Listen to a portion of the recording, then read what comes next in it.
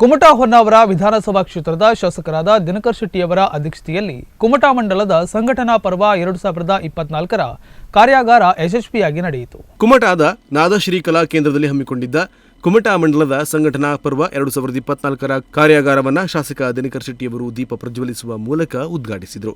ಬಳಿಕ ಮಾತನಾಡಿದ ಶಾಸಕರು, ಬೇರೆ ಪಕ್ಷಗಳಲ್ಲಿ ಹುದ್ದೆಗಳನ್ನು ನೀಡಿದರೆ ಮಾತ್ರ ಕೆಲಸ ಮಾಡುತ್ತಾರೆ, ಆದರೆ ಬಿಜೆಪಿ ಕಾರ್ಯಕರ್ತರು ಯಾವುದೇ ಫಲಾಪೇಕ್ಷೆ ಇಲ್ಲದೆ ದೇಶ ಮುಖ್ಯವೆಂದು ಕೆಲಸ ಮಾಡುತ್ತಾರೆ. ಇದು ದೊಡ್ಡ ವಿಷಯ ಎಂದು ಹೇಳಿದರು.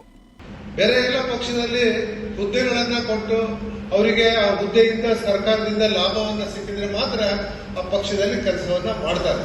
ಆದರೆ ಭಾರತೀಯ ಜನತಾ ಪಾರ್ಟಿಯಲ್ಲಿ ನಾನು ನೋಡಿದ್ದೇನೆ, ಅಂತ ಯಾವುದೇ ಲಾಭಗಳ ಅಪೇಕ್ಷೆಯನ್ನ ಪಡೆದೇ ಪಕ್ಷಕ್ಕೆ ಮತ್ತು ದೇಶ ಮುಖ್ಯ ಅನ್ನುವಂಥದ್ದಕ್ಕಾಗಿ, ಅದರಲ್ಲಿ ನಮ್ದು ಈಗ ಹಿಂದುತ್ವ, ಈ ಎಲ್ಲ ಕಾರಣಗಳಿಗಾಗಿ, ಅದರ ಜೊತೆಗೆ ಸನ್ಮಾನ್ಯ ಮೋದಿ ಅವರು ನಮ್ಮ ದೇಶದ ಪ್ರಧಾನಮಂತ್ರಿಯಾಗಿ ಅತ್ಯುತ್ತಮವಾದಂತಹ ಕೆಲಸಗಳನ್ನ ಮಾಡ್ತಾ ಇದ್ದದ್ದು ಬಹುಶಃ ತಮಗೆಲ್ಲ ಗೊತ್ತಿದೆ.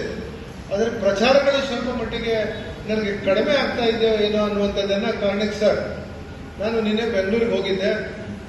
ಮೈಸೂರು ಟು ಬೆಂಗಳೂರು, ಬೆಂಗಳೂರು ಟು ಮೈಸೂರು ಏನು ಹೊಸದಾಗಿ ಮಾಡಿದಂತ ರಸ್ತೆ 2 ಗಂಟೆಯಲ್ಲಿ ಸುಮಾರು 150 ಕಿಲೋಮೀಟರ್ ಅನ್ನ ತಲುಪಲಿಕ್ಕೆ ಸಾಧ್ಯವಾಗುವಂತ ಅದ್ಭುತವಾದಂತ ರಸ್ತೆಯನ್ನ ನಿರ್ಮಾಣ ಮಾಡಿಕೊಂಡಿದ್ದಾರೆ.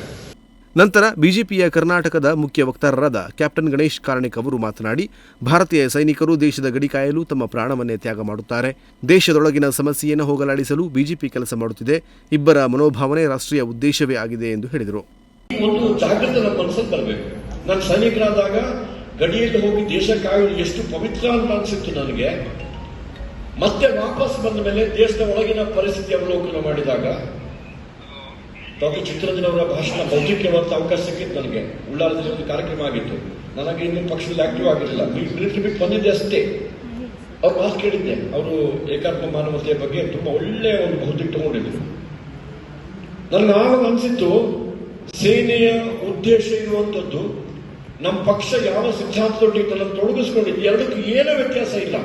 ಎರಡೂ ರಾಷ್ಟ್ರ ನಿರ್ಮಾಣದ ಪುಣ್ಯ ಕಾರ್ಯ. ಆಗ ಅನ್ಸಿತ್ತು ನಾನು ಪಕ್ಷದೊಟ್ಟಿಗೆ ಸೇರ್ಕೊಳ್ಬೇಕು ಅಂತ ಹೇಳಿ. ಈ ಸಂದರ್ಭದಲ್ಲಿ ಜಿಲ್ಲಾಧ್ಯಕ್ಷ ಎನ್.ಎಸ್. ಹೆಗಡೆ, ಜಿಲ್ಲಾ ಉಪಾಧ್ಯಕ್ಷ ಜಿಎಸ್ ಗುನಗ, ಜಿಲ್ಲಾ ಪ್ರಧಾನ ಕಾರ್ಯದರ್ಶಿ ಪ್ರಶಾಂತ್ ನಾಯ್ಕ್, ಗುರುಪ್ರಸಾದ್ ಹೆಗಡೆ, ರಾಜ್ಯ ಸಹ ಸಂಚಾಲಕ ಎಂಜಿ ಭಟ್, ಉತ್ತರ ಕನ್ನಡ ಸಂಘಟನಾ ಸಹಾಯಾಧಿಕಾರಿ ಗೋವಿಂದ ನಾಯ್ಕ್ ಹಾಗೂ ಎಲ್ಲಾ ಮೋರ್ಚಾ ಪದಾಧಿಕಾರಿಗಳು, ಕಾರ್ಯಕರ್ತರು ಉಪಸ್ಥಿತರಿದ್ದರು. Nudisiri news desk Honnavar.